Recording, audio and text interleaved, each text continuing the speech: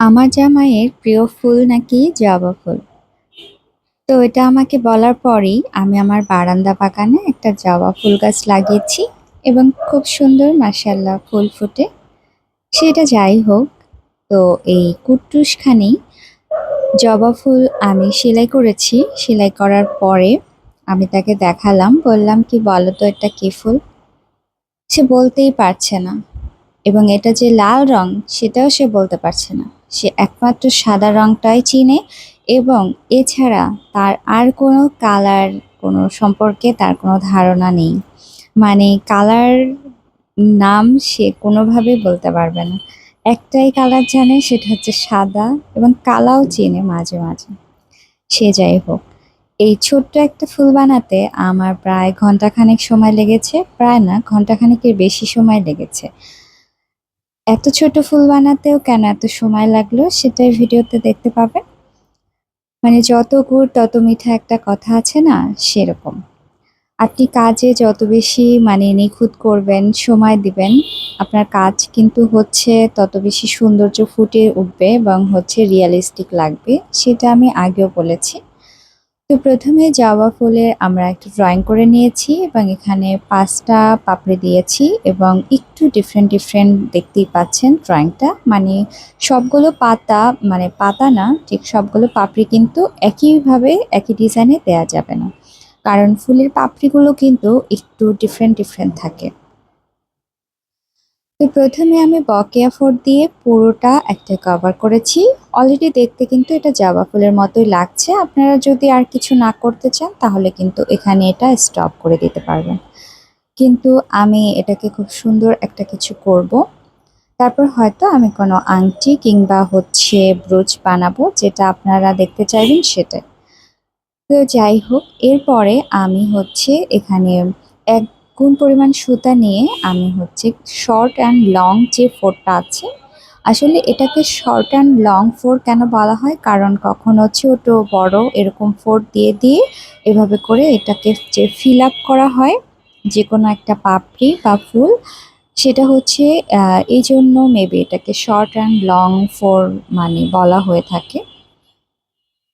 এটা করতে একটুখানি সময় আপনার ব্যয় হবে, কিন্তু এটার যে রেজাল্ট আসবে সেটা কিন্তু খুবই ভালো লাগবে। তো এই ফোঁড়টা দিয়ে আমি পুরোটা কভার করছি এবং আমি কিন্তু এখানে ১ গুণ পরিমাণ সুতা নিয়েছি। আ এখানে আমি সুতা নিয়েছি লাচি সুতা। আপনারা যদি গাড়ির সুতা ব্যবহার করে থাকেন তাহলে এখানে ২ গুণ পরিমাণও নিতে পারেন। যেহেতু গাড়ির সুতাটা আরো অনেক বেশি চিকন থাকে সেজন্য আরকি। আর ইদানিং আমি গাড়ি সুতা দিয়ে অনেক সেলাই করছি এবং আমার কাছে বেশ ভালো লাগছে। মনে হচ্ছে ওইটা খুবই কমফোর্টেবল সেলাই করার জন্য। এবং সুতাটা শক্ত থাকে, যার ফলে হচ্ছে ছিঁড়েও যায় না, বেশ আরামদায়কই লাগে। সে যাই হোক, তারপরে হচ্ছে এভাবে করে পুরোটা একটু কভার করতে একটু সময় লাগবে। কিন্তু আপনার যখন আপনি এটা দিয়ে কোনো কিছু বানাবেন, মানে কোনো আংটি বা কানের দুলও আপনারা বানাতে পারেন, যেহেতু এটার সাইজ খুবই ছোট। ১ ইঞ্চি হবে, ১ ইঞ্চি থেকে বা একটু বেশি হতে পারে এতটুকু। তাহলে বুঝতে পারছেন যে এই ফুলটা আসলে কতটা ছোট। তো যাই হোক, সেটা সেলাই করার জন্য ১ ঘন্টা সময় ব্যয় করেছি। তো এখন আমি অফলাইনে হচ্ছে ৫টা পাপড়ি হচ্ছে করে নিয়েছি। কারণ অনলাইনে অন ক্যামেরা করার থেকে কিন্তু অফলাইনে করলে একটুখানি সময় কম লাগে। তো যাই হোক, এখন যেকোনো ফুলের মাঝখানের দিকে দেখবেন যে একটু গাঢ় রং থাকে অথবা হালকা রং থাকে।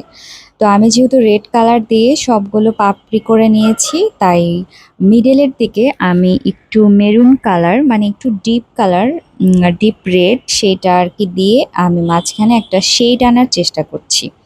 সেম ফোরই দিচ্ছি শর্ট অ্যান্ড লং, মানে একটা ডিফারেন্ট কিছু বোঝানোর জন্য। ক্যামেরায় হয়তো বোঝা যাচ্ছে যে এখানে কিন্তু একটা অন্য একটা শেড অলরেডি হচ্ছে বোঝা যাচ্ছে। তো এভাবে করে একটা শেড দিয়ে নিতে পারেন একটু ডিফারেন্ট কালার দিয়ে, তাহলে বেশ ভালো লাগবে। আর হাতের কাজ কিন্তু আপনি একদিনে কোনোভাবেই নিখুঁত করতে পারবেন না। আপনি যত বেশি প্র্যাকটিস করবেন তত বেশি হচ্ছে নিখুঁত হবে। কারো হাতের কাজই একদিনে নিখুঁত হয়নি, যাদেরটাই দেখতে পাচ্ছেন। এরপরে ফুলের ভেতরে দেখবেন যে সাদা অথবা কোনো কোনো ফুলে একটু পিঙ্ক কালার, মানে গোলাপ, মানে জবা ফুলটা যেহেতু অনেক কালারের হয় তাই শেডগুলো কিন্তু অনেক কালারের হয়ে থাকে। তো আমি এখানে একটু হোয়াইট কালার দিয়েছি যাতে জিনিসটা ভাল লাগে, মানে আমার মনের ভেতরে যেরকম একটা ছবি এসেছিল সেটাই আমি ফুটিয়ে তোলার চেষ্টা করছি। তো আমি সাদা রঙের আর কি এভাবে করে দিলাম যাতে করে বোঝা যায় যে না, একটু একটু দাগ দাগ যে থাকে ফুলের ভিতরে সেটা।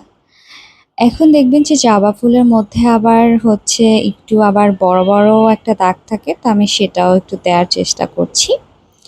তবে এটা ম্যান্ডেটরি না, এটা মনে হলো যে এটা না দিলেও হতো, এটা দিতেই হতো এমন না। তারপরও হচ্ছে দিয়ে যেহেতু ফেলেছি, আর যত বেশি কাজ করা যায় ততই ভালো, যেহেতু এটা ছোট কাজ।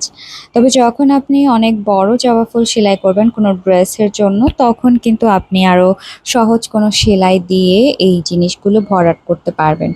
অথবা প্রথমে যে বকেয়া স্টিচটা দিয়ে করেছি সেটা করে মাঝখানের এই জিনিসগুলো দিলেই কিন্তু আপনার হয়ে যাচ্ছে। কিন্তু এটা যেহেতু অনেক ছোট কাজ তাই আমরা একটুখানি একটু মানে একটু বেশি সুন্দর করার চেষ্টা করব। তো এখন জবা মাঝখানে যে একটা হচ্ছে লম্বা ডাঁটা থাকে এবং ওখানে কিছু কুড়ি কুড়ি থাকে, যেটাই হচ্ছে জবা ফুলের আসল সৌন্দর্য আমার কাছে মনে হয়, সেটা ক্রিয়েট করার চেষ্টা করছি। এর জন্য আমি এখানে লাচি সুতাই ব্যবহার করছি বাসন্তী রঙের। তো সেটা দিয়ে আমরা এখানে ফ্রেঞ্চ নট স্টিচ দিয়ে নিচ্ছি যাতে করে হচ্ছে জিনিসটা মানে একটু রিয়েলিস্টিক হয়। এটা আরেকটু যদি লম্বা হতো এই ডাঁটাটা তাহলেই কিন্তু অনেক বেশি ভালো লাগতো। জবা ফুলের এই ডাঁটাটা কিন্তু অনেকটা লম্বা হয়ে থাকে। তবে এটা যেহেতু একটা মেজারমেন্টের মধ্যে করা, মানে আংটি অথবা ব্রোচের একটা মাপে করা, সেজন্য আর এটাকে অনেক বেশি লম্বা করছি না। আর বলেই তোছি যে এই ফুলটার মানে দৈর্ঘ্য প্রস্থ মিলে 1 ইঞ্চি বা একটু সামান্য বেশি, এতটুকু পরিমাণ। এটা খুব ছোট একটা ফুল। আর আপনারা অবশ্যই কমেন্ট করে জানাবেন যে এটা দিয়ে আমি কি বানাতে পারি। এটা দিয়ে কি একটা আংটি বানাবো নাকি একটা ব্রোচ বানাবো। আজ এ পর্যন্তই, আল্লাহ হাফেজ।